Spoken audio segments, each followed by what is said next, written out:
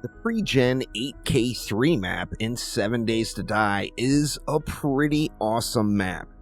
It's packed full of POIs, it's got a ton of tier 5s, and it's got a large wasteland area if you really want to focus heavily and enjoy a long experience in endgame in 7 Days to Die. Let's jump right on in and check out the map. Now, first things first, this one is set up a little differently without having a large center biome area. We have the forest biome up in the northeast and a relatively small biome altogether. Directly below is going to be the burnt forest. Then we've got the desert, kind of south central. The snow biome stretches a large portion of the southwest area of the map, going all the way in and past the center area, with a big extension of that biome, and then a massive wasteland up in the northwest corner. This wasteland has got one enormous city and then 3 other small cities. We do have a large amount of traders throughout. Starting off in the forest here, we've got 3 different trader wrecks in the forest. Down in the burnt forest, you're going to be able to visit 4 different gens. Down in the desert, we've got Trader Bob in 4 total locations. Over in the snow biome, Trader Hugh is here. We've got 4 Trader Hughs in the snow biome. And then finally, up in the wasteland, there is Trader Joel Abundant. This large city has got one on the north and one on the east side. Same thing in this kind of southeastern wasteland city. One on the north and one on the south side of town. So lots of things to do on this map. Now, if you're following Trader Quest progression, it is going to take you clockwise around the map, starting in the northeast. After completing the forest area, you're going to then go to the burnt forest, over to the desert, over to the snow, and finally to the wastelands. Now, 7 Days to Die is all about the books, and the books are almost as abundant as the POIs, as there can just be book containers literally anywhere throughout the map. This particular map has 1,696 total book containers throughout. Now, when you're hunting books, of course, there's going to be books available in every POI. However, Crack-A-Book locations are in abundance as well. Now, there are multiple Crack-A-Book headquarters, but let's go through all of the available Crack-A-Books. Starting here in the forest, in that northern city, there is a country Crack-A-Book store right there. There's only one Crack-A-Book location in the burnt forest. It's going to be in this major burnt forest city, a regular Crack-A-Book store. The desert's got 3 possible Crack-A-Book, or 3 total Crack-A-Book locations. We have got a country Crack-A-Book right here in the north. Down in more of the southern area, we've got a full-on Crack-A-Book store. Over in the west, we've got our first Crack-A-Cafe. Now, if you're following the Trader Quest progression route, this will be the first Crack-A-Cafe you come to. And Crack-A-Cafes are really good, y'all, so make sure to head on in and loot that one up. Over in the snow, we got a Crack-A-Book store down in the southern city, and another Crack-A-Book store in the northern city. And then the wastelands, of course, is just jam-packed. We've got a Crack-A-Cafe here in the wastelands, and then a Crack-A-Book headquarters. Now, the Crack-A-Book headquarters is a tier 5 POI, however, you're likely to find more books in the Crack-A-Cafe than in the big Crack-A-Book headquarters. So although Crack-A-Book headquarters is a fun POI to run, it's not really going to be the destination you may think it is, and you're going to be better off hitting up that Crack-A-Cafe. Up in the northern area of the wastelands, in that centralized city, we got another Crack-A-Book headquarters and a regular Crack-A-Book store retail. Then in the northeastern city, we've got a regular Crack-A-Book store, and then another Crack-A-Book store down here to the south. Another POI that lots of folks like to raid, myself included, are the Shotgun Messiah locations. Now, I mention this in every video. I personally am a big fan of the range type POIs. Shotgun Messiah is no different. Starting right here in the desert, we do have a Shotgun Messiah range. Up in the northern part of the desert, there is yet another Shotgun Messiah range. Over in the snow, we've got a ransacked Shotgun Messiah. We've got yet another Shotgun Messiah range, the third on the map up here in the Wastelands. And then in that north central Wasteland city, we've got a ransacked Shotgun Messiah. Now remember, the POI doesn't have to be named Shotgun Messiah to be a Shotgun Messiah range. There's also those close encounters, and there's 4 of these throughout the map. These are range type POIs as well, and in my opinion, super fun to run. Starting off right in the forest, we've got a close encounters gun range. It's a tier 4, but it is a forest location. Down in the burnt forest, we've got yet another, and then 2 more in the wastelands. One in kind of the southwest corner of the wastelands, and then another one in that north central wasteland city. We've got lots of Shamways available throughout the world, starting in the burnt forest, and then just tons of Shamway locations up in the wastelands. Now, if you're looking for that Shamway recipe, you are very likely to find it from just a Trader Quest reward prior to ever finding it in a POI. However, besides the regular Shamway containers, your highest chance of getting the Shamway recipe is in a Shamway lab safe. There's going to be one in the forest in NDC Checkpoint 2. There's going to be one in the desert in the Massive Gains Mall. There's going to be another one right in the middle of the snow biome in an NDC Checkpoint 2. And then finally, yet another in an NDC Checkpoint 2 all the way up just to the east side of that north central wasteland city. Overall, we do have a large amount of tier 5 POIs scattered throughout the map, of course with the abundance of them being in the wasteland. Starting right in the forest, you're going to have a Grover High right in that kind of northwestern city area, and then you're going to have a U.S. Army post over into the western central part of the forest. Down in the burnt forest, there's going to be a Poppin' Pills factory and a U.S. Army Post number 7 in this larger city here. And then all the way down in that southern city, there's going to be a Grover High. In the desert, you've got a Vanity Tower and a Last Sunset Nursing Home, and then an Ostrich Hotel over into the western part of the desert. Both of the major snow biome cities have tier 5 POIs. You've got a U.S. Army Post number 7 up in the northern part of the city, and a Haven Hotel kind of in the south central area of the city. In this northeastern snow city, you've got a Navezgane Athletics Complex and a Higashi Pharmaceutical. Now the wasteland is just packed. Let's go east to west. We're going to start off in this southeastern city. There is a 2-bit tower right there. Now, always located slightly outside of town, kind of in this centralized wastelands area, you've got a Red Mesa compound. In the north central wasteland city, you've got a Crack-A-Book headquarters, a Minotaur Theater, and a Grover High School. The Grover High and the Minotaur Theater are both must-see POIs. I personally would suggest hitting those 2 up over many of the newer ones. And then in this large wasteland city, it is just packed full of tier 5s. Starting over in the eastern part, we got a U.S. Army Post number 7.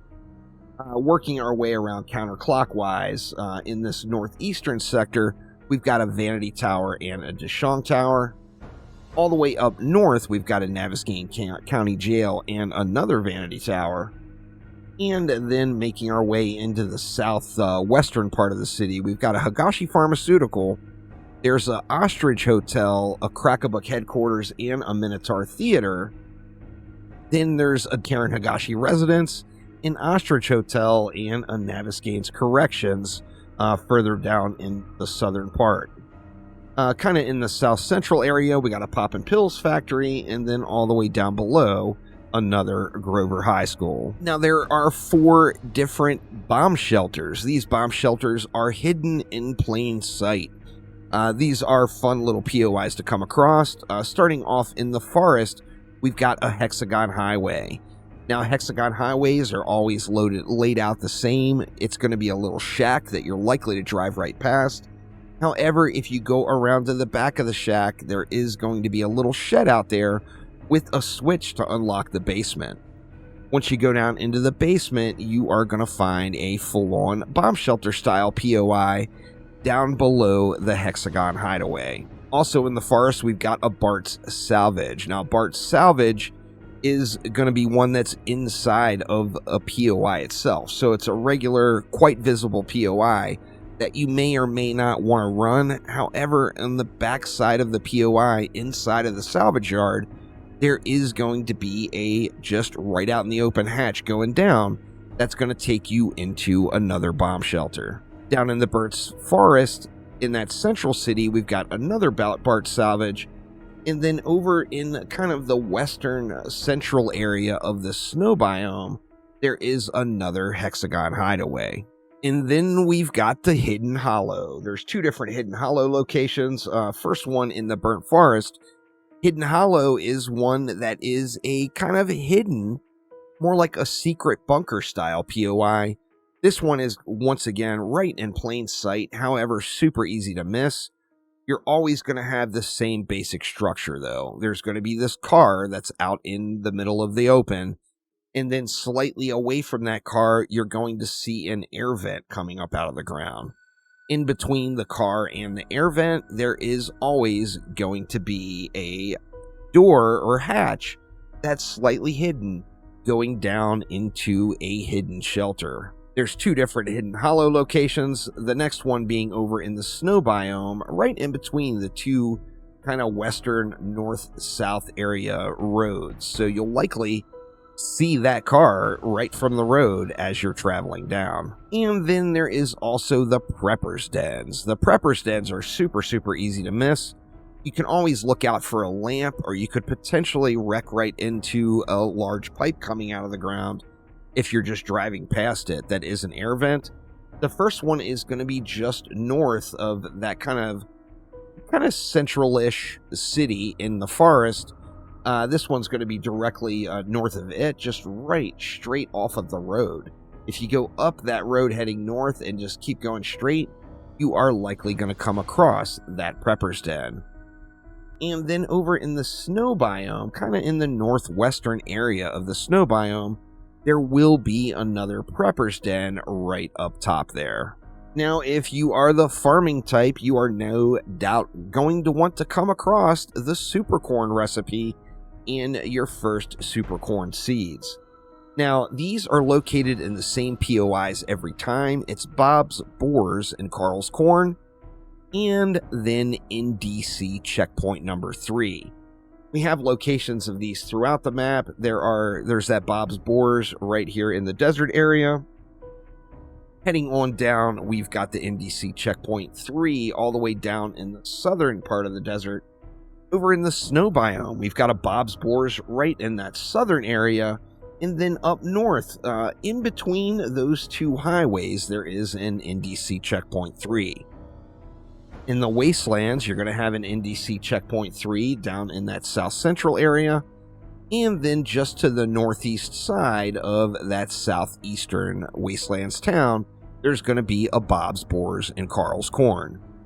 Now, Bob's Boars and Carl's Corn is going to be the easiest of all these, as you don't actually have to run the POI. You can just go and smash right through the front door. The supercorn, or one of the supercorns, are always going to be located right there to your right. After you go upstairs, clear some of the local residents, and flip some switches, you're going to unlock the hatch to the top of that supercorn container. Always make sure, don't just loot the supercorn, as this is just going to give you one of the corn itself. You want to loot the chest. It's going to have the recipe to craft your own seeds, and it's going to have 5 supercorn seeds to get you started. For the NDC checkpoint 3 locations, you will have to go through the POI itself.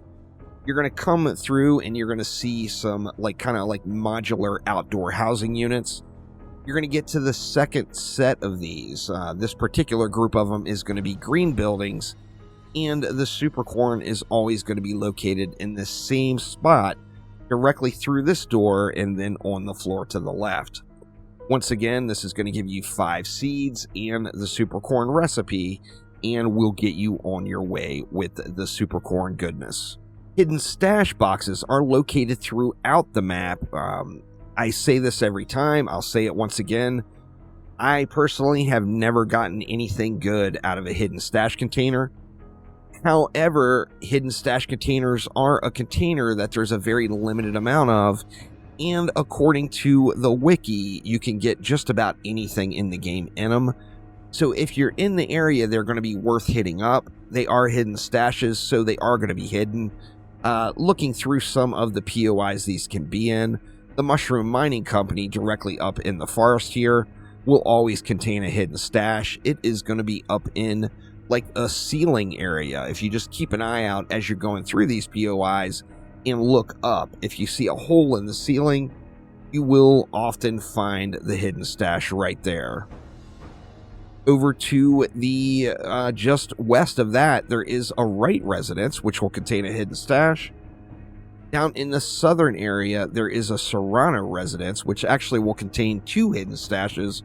One up in the ceiling down in the kind of vaulted area down below, and then another hidden in the rafters of the house itself. Over in the Burnt Forest, all the way up northeast, we've got a Mushroom Mining Company. We've got a Serrano residence and a Wright residence in the Burnt Forest down towards kind of the central western area. Over in the far bottom tip of the desert, there is a Wright residence, a Serrano residence right here in the snow biome, another Mushroom Mining Company directly here next to the rivers in the snow biome, and then they're scattered throughout the wastelands. We've got a Wright residence down south central. We've got an Erickson residence kind of right in the middle of that north central city. We've got an Erickson residence in the large southwestern city. And then outside of towns up near the river in the wastelands, we've got a Wright residence and a Serrano residence directly above. It's always fun going through the skyscraper or the large metropolitan areas. As big as these cities are, the skyscraper areas are actually limited to just a few towns. Now, these will be some larger metro areas and towns you're probably going to want to visit.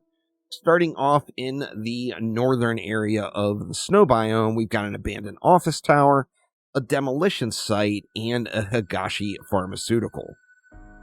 In the main large wasteland city, there's another Higashi pharmaceutical, another tower construction site, and a Crack-a-Book headquarters.